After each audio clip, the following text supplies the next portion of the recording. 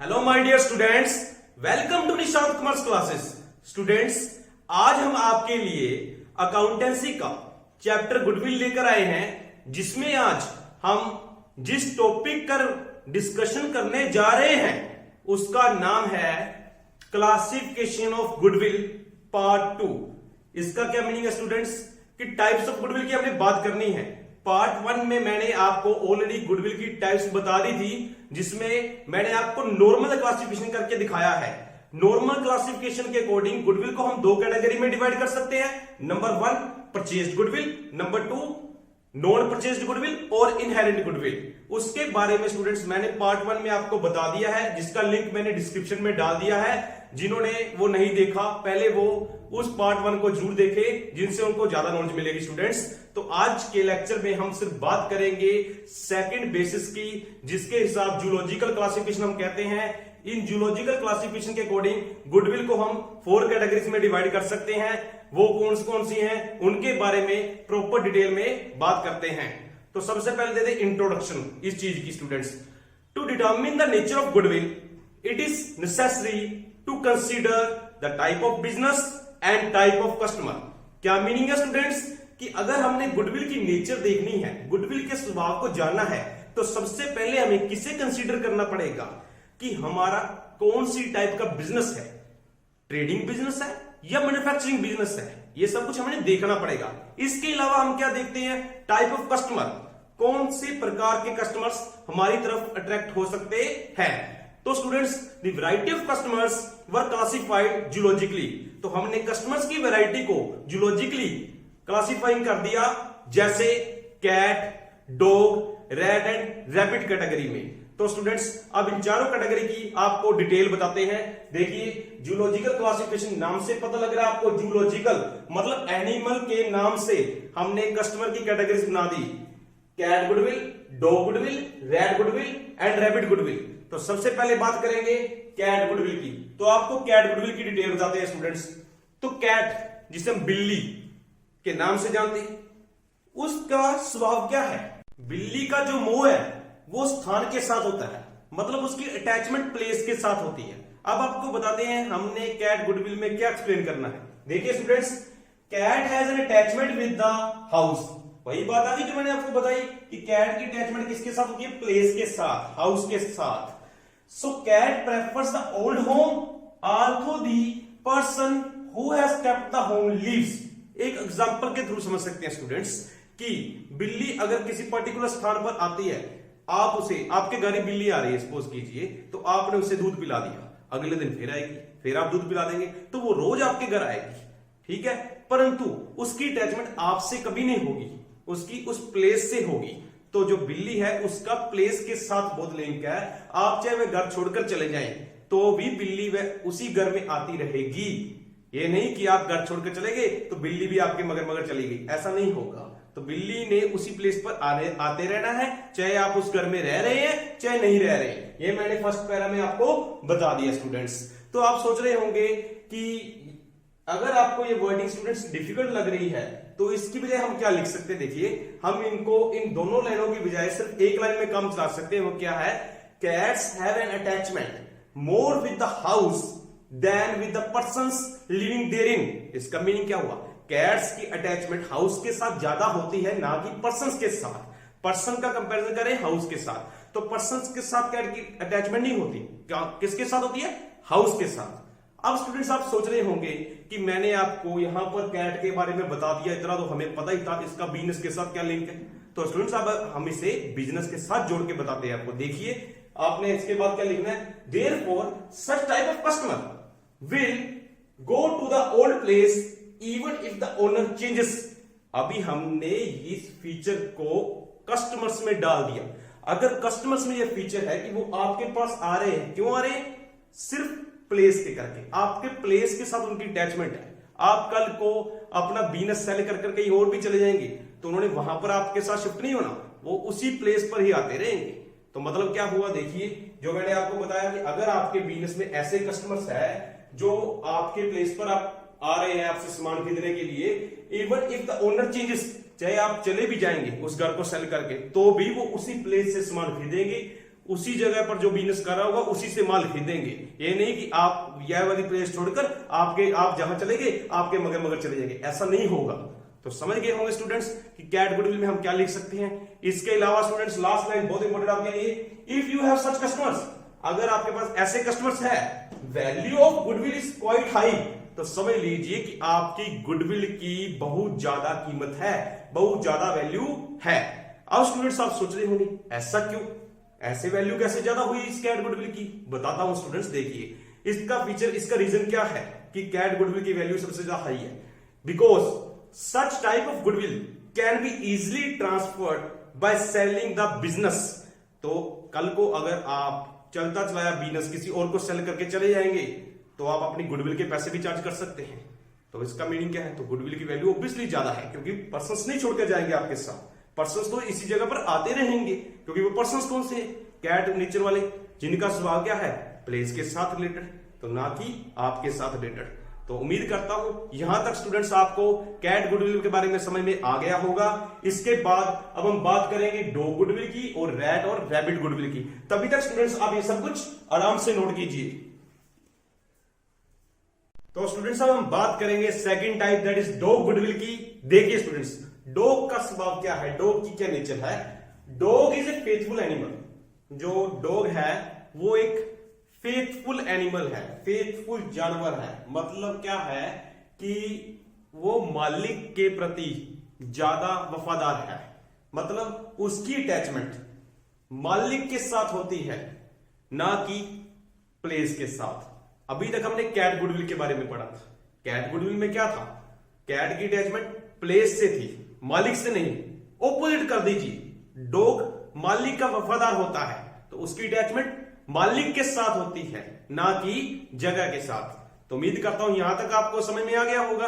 आगे देखिए हम क्या लिख सकते हैं, it has an attachment with a person. वही बात है ना, पर्सन के साथ अटैचमेंट है, rather than the place, place के साथ अटैचमेंट नहीं है। इट फॉलोज द मास्टर, ये मास्टर को फॉलो करता है, मतलब मालिक को फॉलो करता है, अपने मालिक को। जहां पर मालिक जाएगा वहां पर डॉग उसके मगर मगर जाएगा।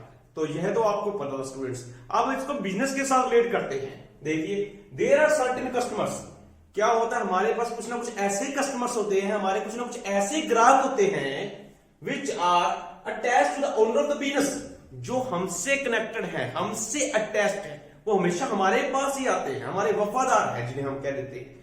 अब आप सोच रहे होंगे क्या कोई ऐसा कस्टमर होता है रियल में कि जो पर्सन के साथ अटैच हो? यस।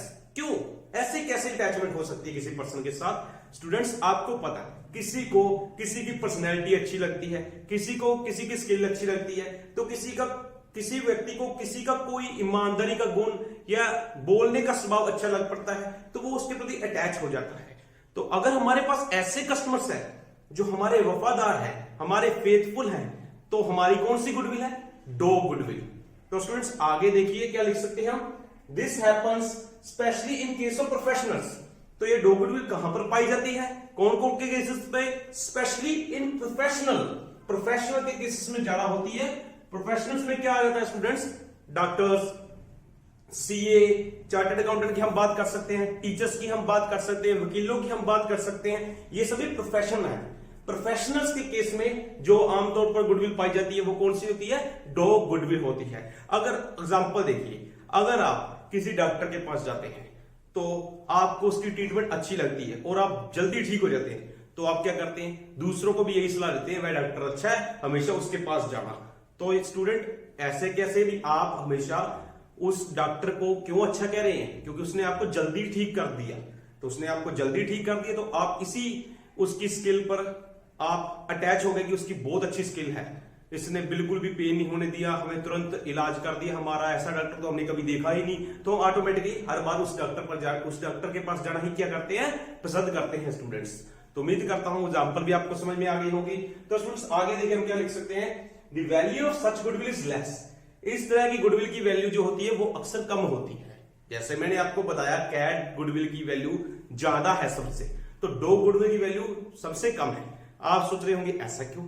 उसका रीजन क्या बताया था कि उस बिजनेस को आसानी से ट्रांसफर कर सकते थे ना। तो ये जो गुडविल है इसे आसानी से ट्रांसफर नहीं किया जा सकता। तो स्टूडेंट्स उम्मीद करते हैं आपको डॉग गुडविल के बारे में सब कुछ समझ में आ गया होगा। इसके बाद हम आपको बताएंगे रैट और रैबिट गुडविल के बारे में डिटेल में। तभी तक आप ये सब कुछ नोट कीजिए स्टूडेंट्स। तो स्टूडेंट्स अब हम बात करेंगे थर्ड कैटेगरी की, जो है रैट गुडविल। तो देखिए रैट किसे कहते हैं? चूहे को। चूहे का स्वभाव क्या है पहले हमें यह पता होना चाहिए। तो जो रैट है उसकी किसी के साथ कोई अटैचमेंट नहीं होती। रैट हैज नो अटैचमेंट, ना तो प्लेस के साथ ना पर्सन के साथ। तो देखिए स्टूडेंट्स इसे हम कैसे डिफाइन करेंगे। Rat has no attachment either with the person और द प्लेस। ना तो उसका किसी स्थान के साथ कोई मोह है, ना किसी व्यक्ति के साथ कोई मोह है। तो देखिए आगे हम क्या लिख सकते हैं? Rat is interested in filling his stomach no matter from where things come. देखिए रैट चूहा सिर्फ इस बात से इंटरेस्ट रखता है कि उसका पेट कैसे भरेगा। बस उसने अपना पेट भरना है, उसे नहीं मतलब कहां से उसे भोजन मिला, उसे किसी चीज से कोई लिंक नहीं है, बस उसने अपना भोजन प्राप्त करना है। तो स्टूडेंट्स अब इसको हम बिजनेस के साथ कनेक्ट करते हैं। देखिए sometimes there are such customers, कई बार हमारे पास ऐसे ग्राहक होते हैं जो who are neither faithful to the business no to the owner, जो ना तो आपके पास स्थान के करके आ रहे हैं मतलब प्लेस करके आ रहे हैं, ना वो आपके खुद के वफादार हैं। तो मतलब समझ गए होंगे, मतलब कुछ ऐसे ग्राहक जो आपके प्रति भी वफादार नहीं है या आपके बिजनेस के प्रति भी वफादार नहीं है, बस वैसे ही आ गए आपके पास सामान खरीदने, और उनका कोई ये फिक्स भी नहीं है कि हर बार आपसे ही सामान खरीदेंगे। They may be here today gone tomorrow, आज आपके पास सामान खरीद रहे हैं आ रहे हैं तो कल कहीं और भी जा सकते हैं। तो समझ गए होंगे मैं क्या कहना चाहता हूं कि उनका स्वभाव कैजुअल नेचर का है, कभी कभी आ भी जाते हैं आपके पास, कभी कभी नहीं भी आएंगे, कहीं और भी चले जाएंगे। तो उनका मूडी पर्सन, कुछ नहीं कह सकते उनका। तो आप सोच रहे होंगे कि यह पॉइंट तो हमें अब समझ में आ गया, तो इस पॉइंट में हम क्या बताएंगे गुडविल के बारे में, गुडविल कैसी है कैसी नहीं। तो उसके बारे में क्या लिख सकते हैं? So it is often uncertain to decide whether there is any goodwill और नॉट। इस केस में हम डिसाइड करना बहुत ही मुश्किल है कि उस फर्म की गुडविल है या नहीं है। अगर आपके पास ऐसे कस्टमर्स ज्यादा हैं तो ये बहुत मुश्किल है पता करना कि आपकी गुडविल है या नहीं है। अगर हम बताना चाहें तो हम कैसे लिख सकते हैं? So we can say that such type of goodwill has small value और नो वैल्यू। इस तरह की गुडविल की या तो बहुत ही कम वेरी स्मॉल वैल्यू या नामात्र के वैल्यू। नामात्र समझ दो ना, नो वैल्यू, बिल्कुल वैल्यू नहीं मान सकते इनकी। तो नेक्स्ट पॉइंट बात करते हैं स्टूडेंट्स रैबिट गुडविल। रैबिट किसे कहते हैं स्टूडेंट? खरगोश को। तो इसमें हम क्या बताएंगे? रैबिट की क्या आदत है पहले ये देखिए। Rabbit has a habit of living close. Rabbit की आदत क्या है? नेड़े रहने की, मतलब जो नियर बाय प्लेस है। रैबिट दूर नहीं जाता, खरगोश की आदत है वो नेड़े ही रहता है। नेड़े मींस नियर बाय प्लेस, जो दूर ना हो। तो वो दूर क्यों नहीं जाता? देखिए and is afraid of going too far, वो दूर जाने से डरता है, वो सिर्फ नेड़े रहने को पसंद करता है। नेड़े समझ रहे होंगे, नजदीक।